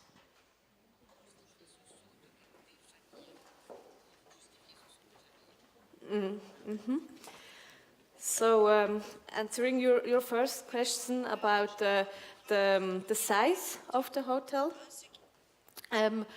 we don't have any number of rooms, specific number of rooms, minimum or maximum. It's just as the hotel we have.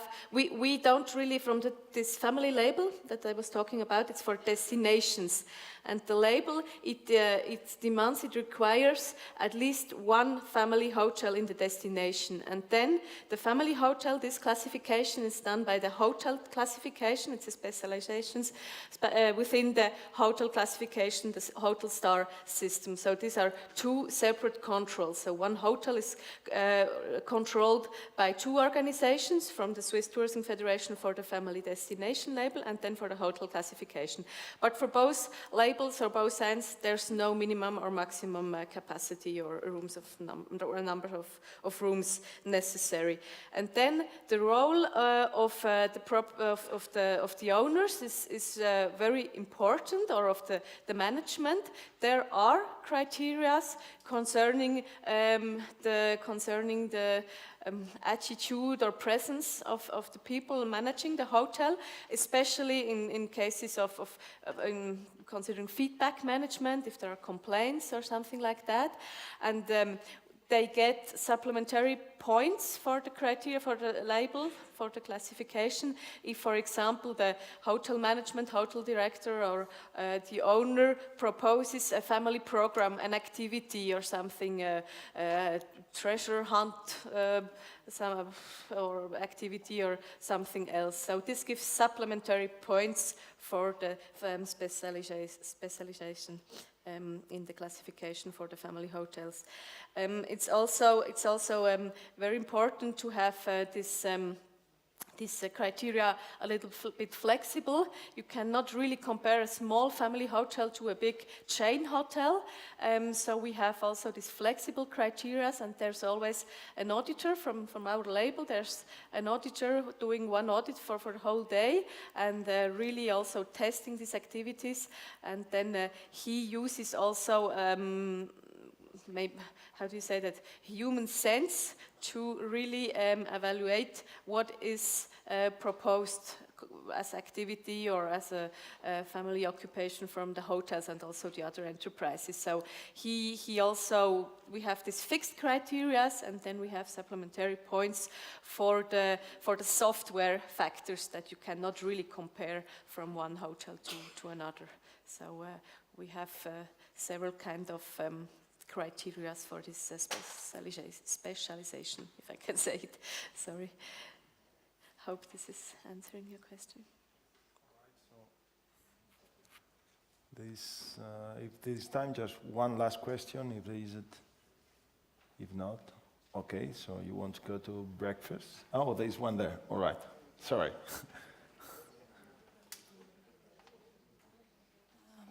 Buenos días, mi pregunta es para el señor Víctor Gorga.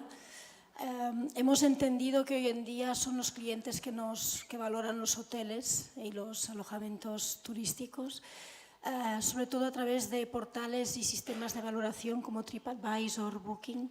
Mi pregunta es, ¿quién controla estos sistemas de valoración?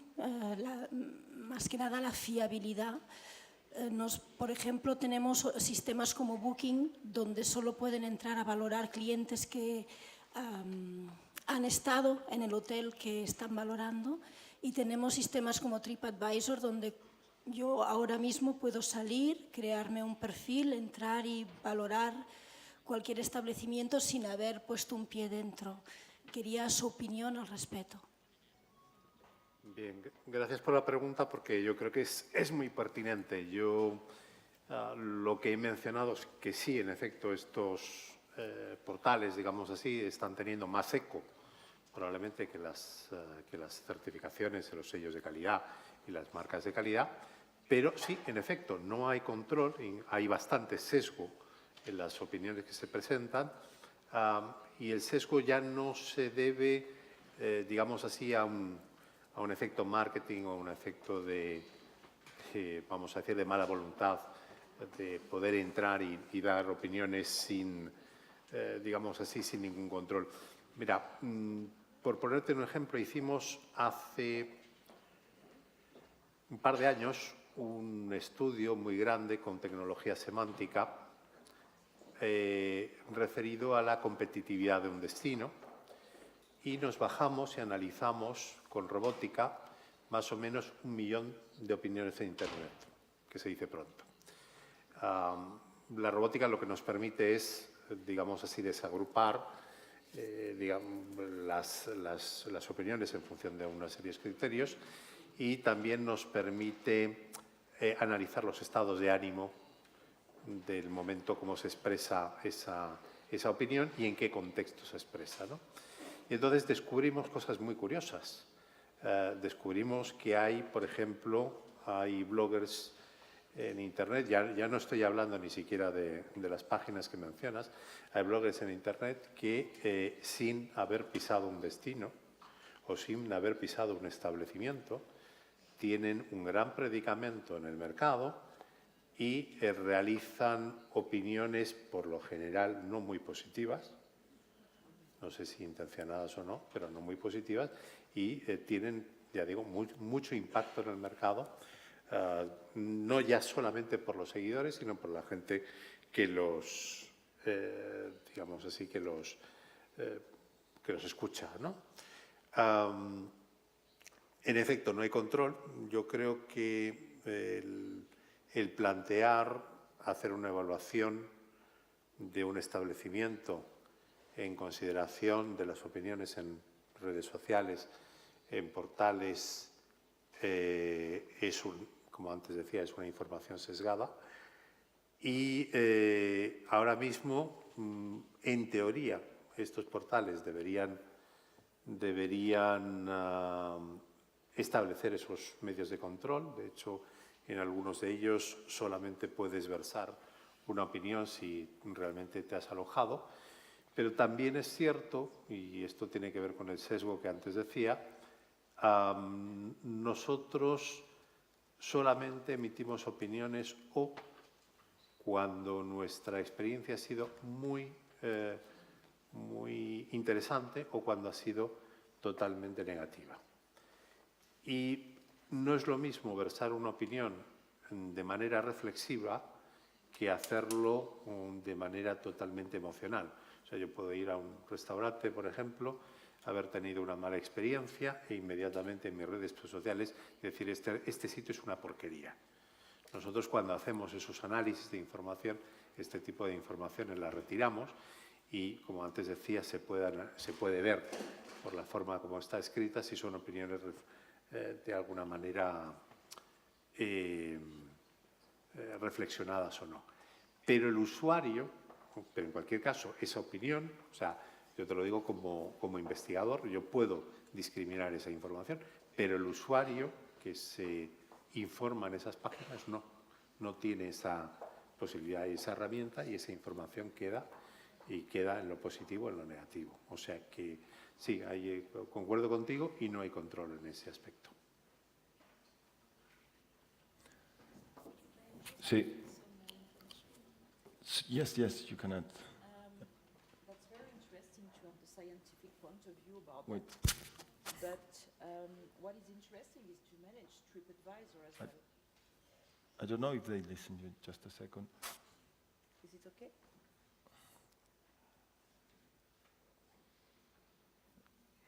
Shall I try again? Yeah, Natasha, just wait a second. Is it okay for you?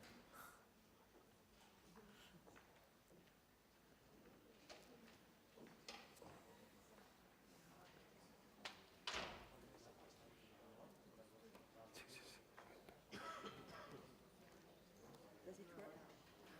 No. Is it okay? Yeah, now it's okay. Just want to add another position from the scientific one regarding TripAdvisor, Zoover, Holiday Check, and so on, because it's not only a question about TripAdvisor. It's a question that how we manage the relationship with our guests first, how they express their opinion and the problem that they may have met or not. And we have first to use this kind of tools to have a discussion with our guests, because from time to time you never see your guest from a stay, from the beginning till the end, but he will post bad reviews. So how can we intervene on that? You can ask when the review seems to be false and ask to TripAdvisor to put it out, but they are the master. They are mastering the system, so they can agree or not. And you need a very good reason to make this review disappear. And then there is another very important impact on the business, because you have a rank, and people are checking what the community is telling, and they're taking the opinions into account to make a decision. I think they are rather critical because they are able to see where the emotion is and what is the global note which is given to an hotel, to a destination. And from time to time, this is a system which is changing the rules. when we talk about algorithm by Google, remember that we can apply that to TripAdvisor. Every week, we have a general meeting from the staff of the hotels to Montagnette. And last week, we knew that the algorithm from TripAdvisor moved 10 days ago or 12 days ago. And the rank was far better. And we had very few new reviews. So who's doing the rules on the ranking? I'm not sure it's even the customer who is making the rules by giving the reviews. It's the system who is managing that. So on the whole, when you make it, when you meet your customers, the guest expectation, he was happy with the service, that's perfect. On the whole, you will get a 8, 9, 10 if you are very good. And if you are bad, anyway, your level will be low. So I would say on a global basis, this is really reflecting the situation. But from time to time in details, and we are in details when we are managing an hotel, you check, you really need to get the feedback from your customers, and you need to be happy. Then those influences that you are not able to manage, you have to find solution, give right answer. And as I always say, it's very hard to lie every day, so avoid to lie. It's really easier to manage. So you have to be honest and frank. We are, as I said, we are doing hospitality jobs. This means human relationships. So for sure you will make errors, that's sure. You will improve it, but when you do errors, you have to recognize it and say, okay, we made it false, and we will compensate, we will help, we'll be there and really efficient. So we really have to engage the communication with our guests when we welcome them, both on the front desk and on the social medias, not only TripAdvisor, but it's the same. You know, now you have to take into account that a star on Google, a star on Facebook is important for your own business because it's bringing SEO on your website. So everything is to be taken into, it's a global digital world. The opinion, whatever may the support be, is important. You don't master everything, but you have to really to get in touch with the community and to live with her and to explain and to have this relationship because it's a whole system working all together, and the small detail changing has got a direct impact on what you're doing. And afterwards, as a provider, you really have to play the game and to improve. If what you're doing in your restaurant is not good, you cannot complain. Do the job, and then it's okay. Thank you, Natasha. Yeah, I think there is one last question. Sí. Bé, jo no és una pregunta, tampoc volia intervenir, però crec que tinc que intervenir com a ministre de Turisme després de la reflexió que ha fet el senyor Víctor Gorka, perquè crec que crec que l'opinió ha sigut una mica alarmista en quant a la fiabilitat de les opinions a les plataformes de valoració online. I ho dic sobretot perquè nosaltres a Andorra ara estem en una fase de canviar la reglamentació de classificació per donar les estrelles tant als hotels com als altres tipus d'allotjaments, i amb aquesta nova reglamentació incorporarem com a element per donar les estrelles la reputació online dels allotjaments turístics. Llavors, jo crec que d'un costat sí que és cert que segurament hi ha una part de les opinions que segurament no les donen potser als clients que han anat a aquests allotjaments, però crec que és una part minoritària que, i estic molt d'acord amb el que ha dit la senyora Natasha Blanc, que finalment, globalment, si ho fas malament, la puntuació global sortirà negativa i globalment, si ho fas bé, l'opinió sortirà positiva, més enllà d'alguns elements o algunes persones que potser han valorat i no han anat a aquests serveis. Ens consta que aquestes grans plataformes, perquè parlem amb elles, perquè les farem servir per tenir aquesta puntuació, tenen algoritmes per detectar si algú repetidament està puntuant malament o algú no ha pogut anar o no ha anat a aquella zona i està puntuant. Hi ha elements de control i això s'està aplicant. I només per acabar, vull donar una dada que jo crec que és rellevant i una mica per validar o per estar d'acord amb l'opinió de la Natasha. Nosaltres ranquegem l'opinió de Booking, la ranquegem amb tots els hotels d'Andorra del millor al pitjor, això ho sabem, i ranquegem també l'opinió de TripAdvisor dels millors als pitjors hotels d'Andorra. I el rànquing és gairebé al 100% de similar, tant amb Google, amb Booking com amb TripAdvisor. El que s'ha dit aquí és veritat, TripAdvisor pot opinar qualsevol i a Booking opinen els clients que van als allotjaments. Però és per dir realment que si ho fas bé ja pots agafar la plataforma que vulguis, sortiràs bé, i si ho fas malament no. També estic d'acord amb la Natasha que dir després, quan baixes al detall d'algun hotel, hi pot haver, potser, si tens poques opinions, una valoració que no reflecteix la realitat. És a dir, el detall no reflecteix. Nosaltres aquí, quan farem aquesta nova reglamentació, si un hotel, un allotjament, no està d'acord amb l'opinió que surt a les xarxes, li permetrem tenir una segona valoració, o a través d'enquestes o a través de mystery guest.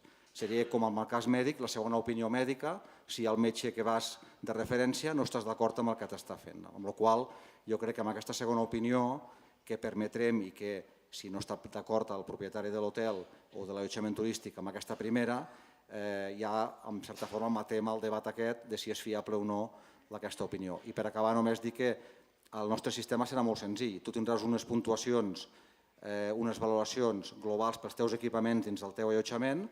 En funció de les teves puntuacions tindràs unes estrelles, però si la teva valoració de reputació online és molt negativa, et baixaran els punts i hauràs de baixar de categoria, i si és més alta d'una mitjana, tindràs més puntuació i podràs pujar de categoria. Bàsicament serà el nostre model de classificació i d'atorgament de categories a partir d'ara. Moltes gràcies.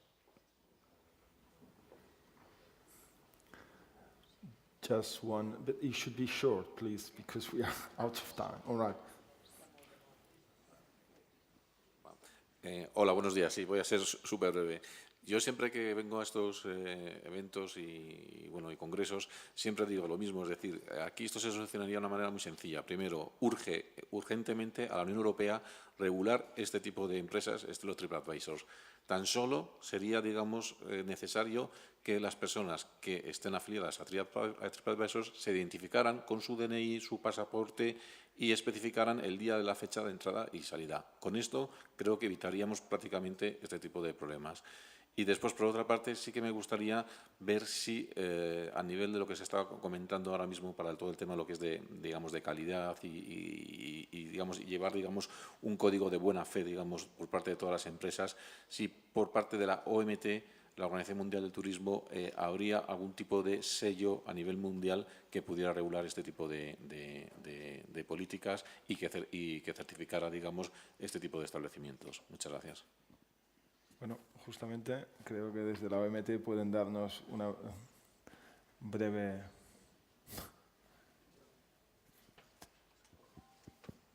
Okay. Good morning. Thank you very much for that question. Actually, I had just asked to speak about it when you mentioned UNWTO. In the last 2 years, our World Committee on Tourism Ethics has been working on the recommendations for users and platforms, on the use of, for the users and platforms to do the reviews. So actually last year in our General Assembly, there was a first batch of recommendations for all stakeholders, the users, the businesses, the platforms that use them, and these recommendations have been discussed and presented to the European Commission, which has very much appreciated the work done. As it is a very complex work, it's not final. I mean, the recommendations are there, but it's going to continue for some more time in order to see if it can still be improved. But those of you who are interested can go to the website of UNWTO, which is unwto.org, and also engage with, not only to see, but to engage with suggestions and comments on the work that has been done. Thank you. Thank you, Matthew. Doncs ara sí, moltes gràcies. Farem una breu pausa per aquest cafè, aquest coffee break de 30 minuts i després els tornem a emplaçar aquí per seguir amb les següents sessions de treball. Agraïm a tots els ponents i a tots els conferenciants i tornarem també amb el moderador, amb el senyor Enric Torres. Fins aquí, això, 30 minutets.